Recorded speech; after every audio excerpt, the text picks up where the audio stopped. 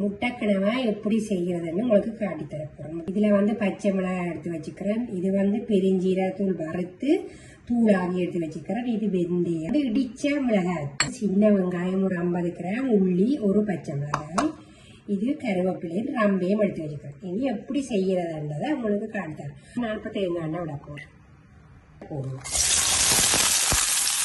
வெந்தயம் ரம்பையை போட்டுட்டு கருவேப்பிலை கொடுக்கணும். இந்த முட்டை கனவாய போடப்போம்.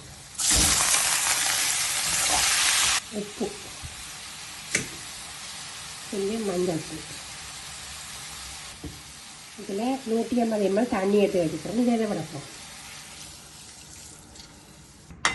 அடுப்பை குறைச்சி விட்டு சிம்மில் விட்டு அவியோம்.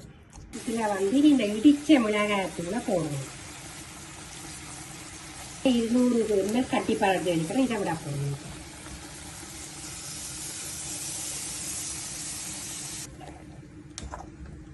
இந்த சைடால எண்ணெய் எல்லாம் அப்படியே அதில் பொரிஞ்சு வந்துட்டுது. பெருஞ்சீரத்தை கூட போடணும். போட்டுட்டு வைக்கப்போம். முட்டைக்கனவாய் கரை ரெடி.